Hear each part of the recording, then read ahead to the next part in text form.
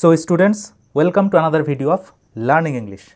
আর আজকে আমি তোমাদের লিখিয়ে দেবো এমন একটা রাইটিং স্কিল যেটা কিন্তু শুধুমাত্র ক্লাস 5-6দের জন্যই না, বরং ক্লাস 5-6-7-8 সমস্ত ক্লাসের জন্যই সমান গুরুত্বপূর্ণ। হ্যাঁ, তোমরা টাইটেলে যেমনটা দেখেছো, মাই এইম ইন লাইফ হলো আজকে আমাদের রাইটিং স্কিল, যেটা আমি তোমাদেরকে এই পয়েন্টসগুলোর সাহায্যে এমনভাবে লিখিয়ে দেবো যে এর পরের থেকে তোমাদের এই রাইটিং স্কিলটা ভোলাটাই অনেক কঠিন হয়ে যাবে। তো ভিডিওটা শেষ পর্যন্ত দেখতে থাকো এবং শেষে গিয়ে তোমাদের মনে হবে যে এটা এতটাই সহজ যে কোনো রকম পয়েন্টস ছাড়াই তো আমরা লিখতে পারতাম। ঠিক আছে, তো চলো শুরু করি আজকের writing my aim in life. তো চলো প্রথমে পয়েন্টসে কী কী লিখে দেওয়া রয়েছে বা পয়েন্টসে তোমাদের পরীক্ষায় কী কী লিখে দেওয়া থাকবে সেটা একটু তোমাদের সঙ্গে ডিসকাস করে নিই। প্রথমে লেখা থাকবে এরকম ইন্ট্রোডাকশন, মানে যে বিষয়ে লিখতে চলেছি তার একটা ভূমিকা দিতে বলেছে, আমি যদি বাংলায় বলি। এরপরে আছে নেসেসিটি অফ অ্যান এইম, আমাদের জীবনে লক্ষ্য থাকার প্রয়োজনীয়তাটা কী, কেন আমাদের জীবনে লক্ষ্য থাকতে হবে। এরপরে আছে হোয়াই ইউ এইম ইট, কেন তুমি সেই লক্ষ্যর পিছনে দৌড়াচ্ছ, কী উদ্দেশ্য। What will you do after achieving your aim, তোমার এই লক্ষ্যটা অ্যাচিভ করার পর, সেই লক্ষ্যটা সফল হওয়ার পর তুমি কি করবে। ডিউটিস অ্যান্ড রেসপন্সিবিলিটিস, তোমার কর্তব্য এবং তোমার দায়িত্ব সেটা অ্যাচিভ করার পর।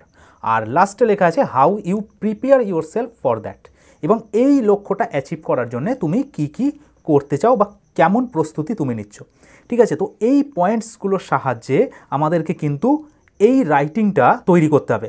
তো প্রথমেই জানি আমাদেরকে রাইটিংয়ের দিতে হয় একটা হেডিং, খুব সহজ হেডিং। কি দিতে পারবো না, my aim in life, first লেটারগুলো ক্যাপিটাল, যেমনটা তোমরা হয়তো আগে থেকেই জানো। লিখে দিলাম মাই এইম ইন লাইফ।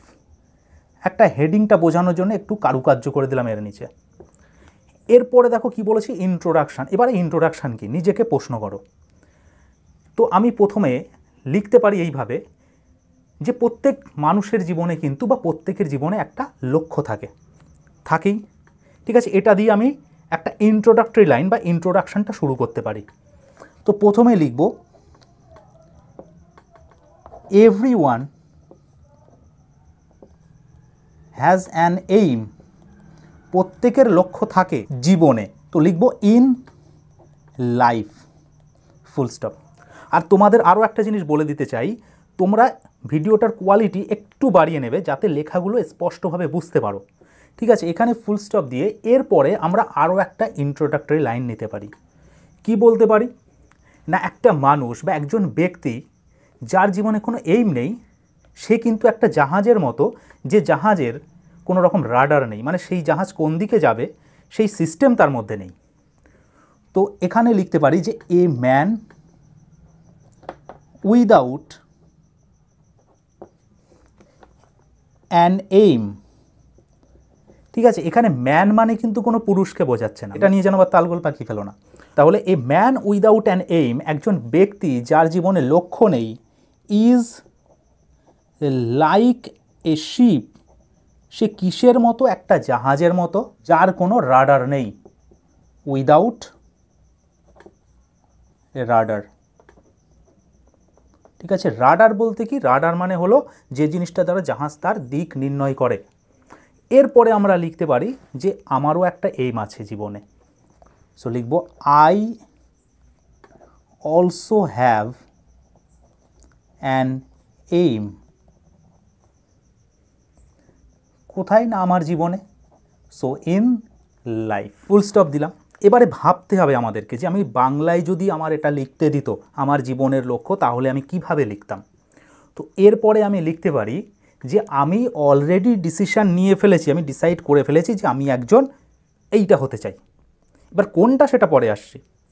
তো লিখতে পারি I have present perfect tense. যদি তোমরা টেন্স না জেনে থাকো তবে বলো, উপরে আই বাটনের লিঙ্ক আসছে, তোমরা ওখানে গিয়ে কিন্তু টেন্স আমার ভিডিওটা দেখতে পারো। আই হ্যাভ ডিসাইডেড, ডিসাইডেড মানে কি, সিদ্ধান্ত নিয়ে ফেলেছি অলরেডি। কি হওয়ার না, টু বি। এবারে কি হওয়ার সেটা তোমরা এখানে লিখবে। তোমাদের মধ্যে বেশিরভাগই কিন্তু সব ডক্টরই লেখে, আদেও ডক্টর হবে কি না ঠিক নেই, কিন্তু সবাই কিন্তু ডক্টরই লেখে। তো সবাই যেটা লেখে তার থেকে আমি একটু আলাদা লেখাচ্ছি। যেহেতু সবার থেকে আমাদের খাতার মধ্যে একটা ইউনিকনেস থাকবে, যেটা কিন্তু টিচারের চোখে খুব ভালোভাবে পড়ে এই সমস্ত জিনিসগুলো। তো এখানে লিখতে পারি want to be a teacher, আমি ডক্টর লিখলাম না, বা আমরা এখানে টিচারের পরে লিখতে পারি ইন ফিউচার, ভবিষ্যতে আমি একজন টিচার হতে চাই, ফুল স্টপ দিয়ে। এবারে দেখো এখানে লেখা ছিল নেসেসিটি অফ এইম অথবা হোয়াই ইউ এইম ইট, কেন তুমি এটা অর্জন করতে চাও, কেন হতে চাও এটা। তো দেখো আমি লিখতে পারি যে আমি আমার সমস্ত টিচারদের ভালোবাসি এবং রেসপেক্ট করি। তো আমি লিখলাম আই, সেন্টেন্সগুলো কিভাবে তৈরি করছি বাংলা থেকে ইংরাজিতে, এটা শুধু কিন্তু আমাদের খেয়াল রাখতে হবে। তোমরা এটা ভালো করে বুঝবে যে কিভাবে সেন্টেন্সগুলোকে ট্রান্সলেট করা হচ্ছে। আমি ভালোবাসি, তাহলে আই লাভ, আর কি করি, অ্যান্ড রেসপেক্ট, সম্মান করি। কাদেরকে?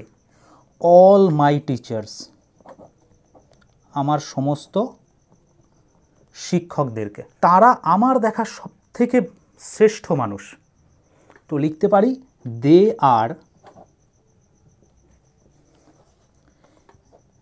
The best main.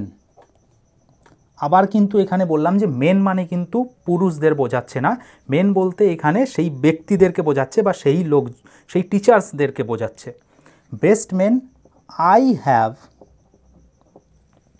সিন, মানে আমি যাদেরকে দেখেছি তাদের মধ্যে থেকে টিচার্সরা আমার কাছে খুব বেস্ট মনে হয়, তো সেই জন্যই সে হতে চায়, সে টিচার, তাদের মতো সম্মান পেতে চায়। তো সেটা লিখবো এইবারে যে আমি তাদের মতো সম্মানীয় ব্যক্তি হতে চাই। তো লিখতে পারবো I want to make myself, make মানে করা, আর মাইসেলফ মানে আমাকে, তো আমিও আমাকে করে তুলতে চাই সাচ, এই রকম লাভেবল,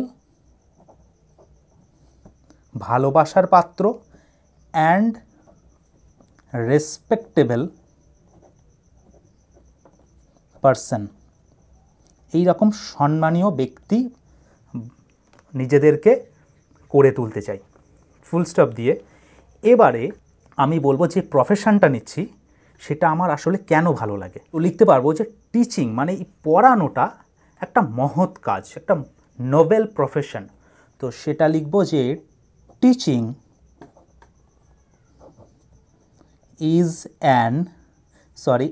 এ নোবেল প্রফেশন, প্রফেশন মানে পেশা, আর নোবেল মানে হলো মহৎ। এই নোবেল বানান কিন্তু তোমাদের মধ্যে বেশিরভাগই সব ভুল করে আসে।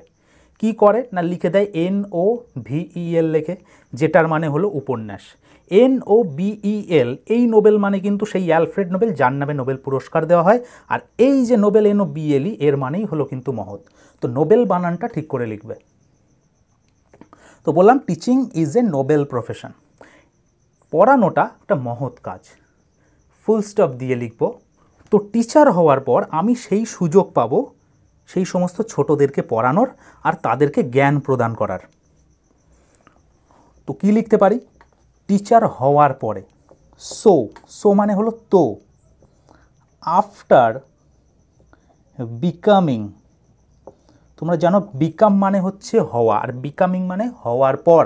আফটার বিকামিং এ টিচার, একজন টিচার হওয়ার পর কি হবে না, আই উইল বি এবল, আমি এই জিনিসটা করতে সক্ষম হব। এবল মানে হচ্ছে সক্ষম হওয়া। I will be able to teach innocent youngsters,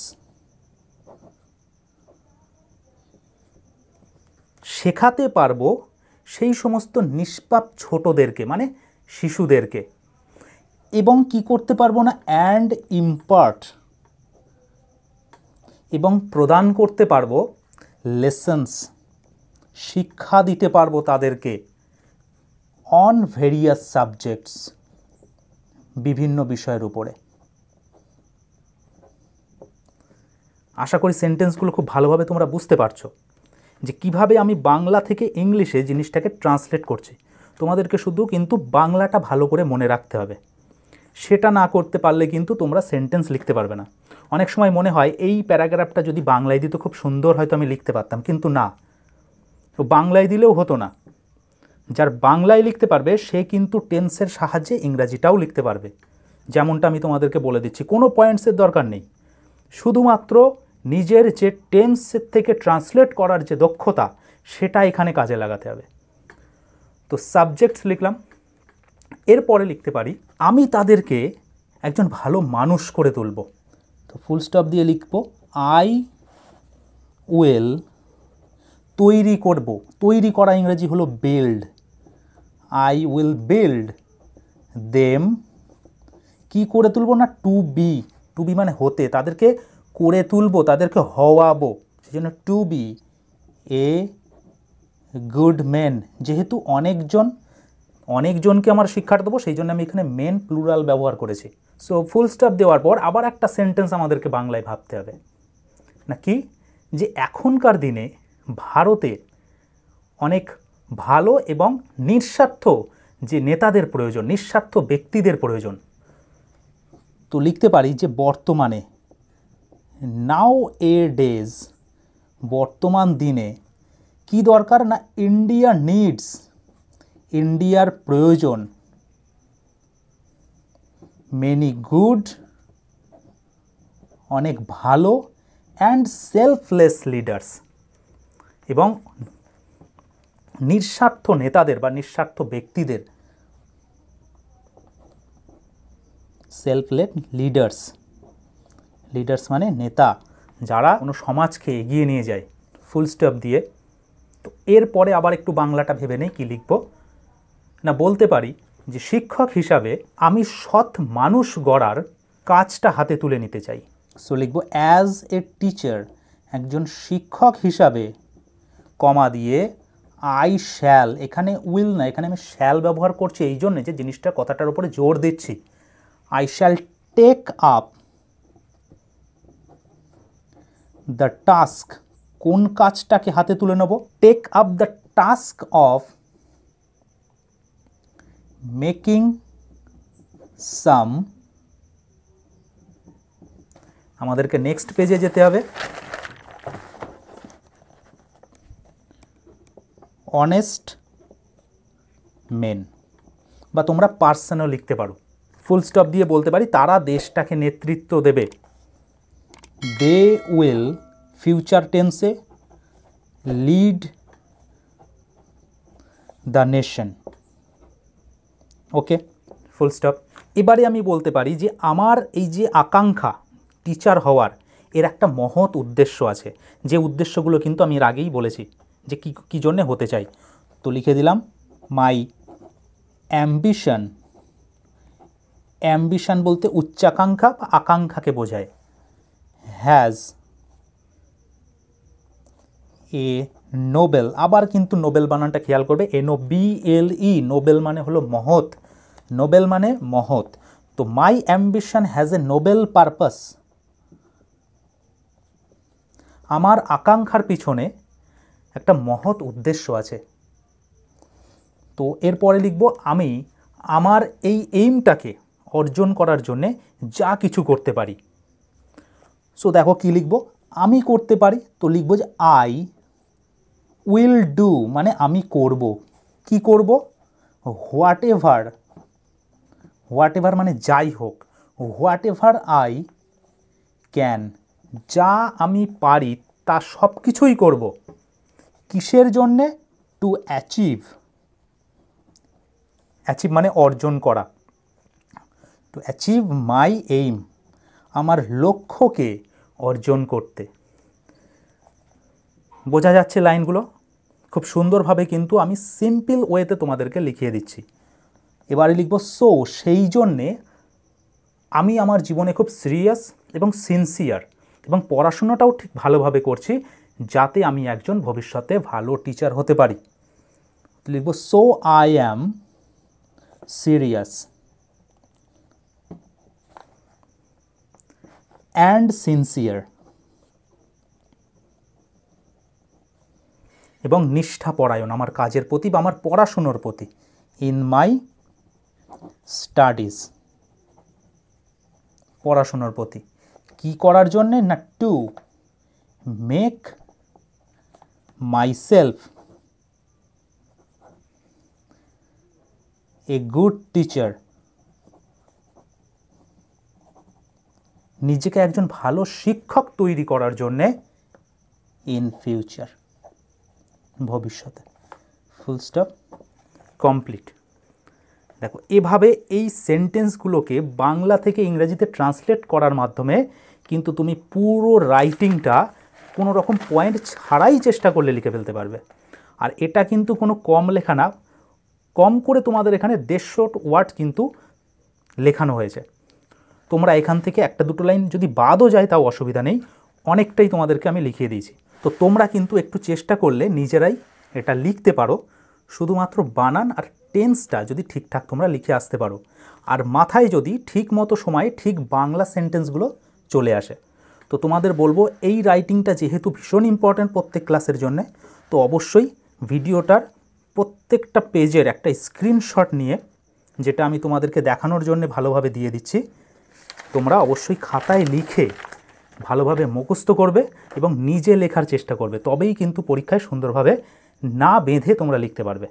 তো তোমরা যারা আমার চ্যানেলকে ফলো করো তারা তো অবশ্যই জানো আমি এই ধরনের রাইটিং স্কিলের ফরম্যাট, গ্রামার, টেক্সট রিলেটেড বিভিন্ন ভিডিও কিন্তু তোমাদেরকে প্রতিনিয়ত প্রোভাইড করে থাকি।